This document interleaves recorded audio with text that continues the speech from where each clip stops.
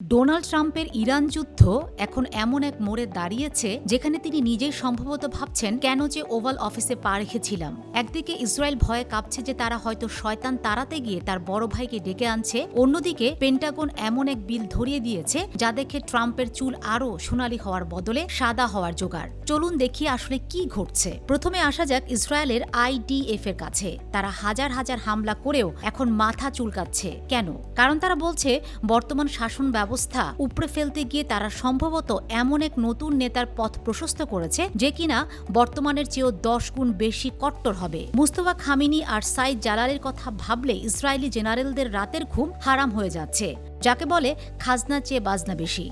ইস্পাহানের মাটির নিচে থাকা ইউরেনিয়াম এখনও মার্কিন ব্লাঙ্কার ব্লাস্টারের নাগালের বাইরে হাসছে।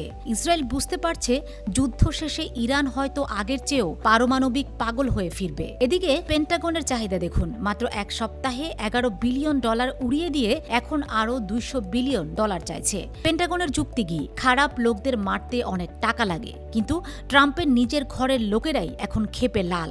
লরেন রোবার্ট আর চিপ রয়রা বলেছেন, ভাই অনেক হয়েছে, আমাদের কলোরাডো আর টেক্সাসের মানুষ না খেয়ে মরছে, আর আপনি ইরানের মরুভূমিতে ডলারের বৃষ্টি করছেন। ট্রাম্প এখন তার নিজের দল রিপাবলিকানদের সাথে গৃহযুদ্ধে লিপ্ত। ডেমোক্রেটদের সমর্থন ছাড়া এই বিল পাশ করা যেন মরুভূমিতে বরফ খোঁজা। সবচেয়ে মজার পাঠ হলো জ্বালানি তেল। ট্রাম্প ভাবছিলেন ইরানকে ভাতে পারবেন, কিন্তু উল্টো ইরানের পাল্টা হামলায় বিশ্ব বাজার এখন তেলের আগুনি দামে পুড়ছে।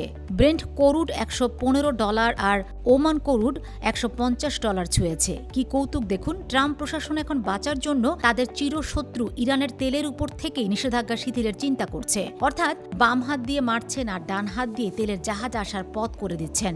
একেই বোধহয় বলে বাঘে দৌড়লে বাপের নাম ভোলা। কুইন্স ইনস্টিটিউট বলছে ট্রাম্প এখন একটি সসম্মানে পালানোর পথ বা এক্সিট স্ট্র্যাটেজি খুঁজছেন। ইরানের পাল্টা আঘাত হানার ক্ষমতা দেখে মার্কিন সমর্থকদের মধ্যেও এখন প্যানিক শুরু হয়ে গেছে। তেলের দাম বাড়লে মধ্যবর্তী নির্বাচনে ট্রাম্পের দল যে বড় ধাক্কা খাবে সেটা তিনি বুঝে গেছেন। তাই এখন পর্দার আড়ালে আলোচনা চলছে কিভাবে এই গলার কাটা থেকে মুক্তি পাওয়া যায়। সহজ কথায়, ইরানের এই যুদ্ধ ট্রাম্পের জন্য গরু মেরে জুতাদান করার মতো হয়ে দাঁড়িয়েছে। নিজের ইগো আর ইসরায়েলের চাপ সামলাতে গিয়ে তিনি এখন নিজের পকেট আর রাজনীতি দুটোই খোয়ানোর পথে। দেখা যাক ট্রাম্প সাহেব এই গোলক ধাঁধা থেকে কিভাবে বেরিয়ে আসেন, নাকি শেষ পর্যন্ত $200 বিলিয়ন খরচ করে তিনি কেবল ইরানের ইউরেনিয়ামকে আরও সমৃদ্ধ করার সুযোগ করে দেন।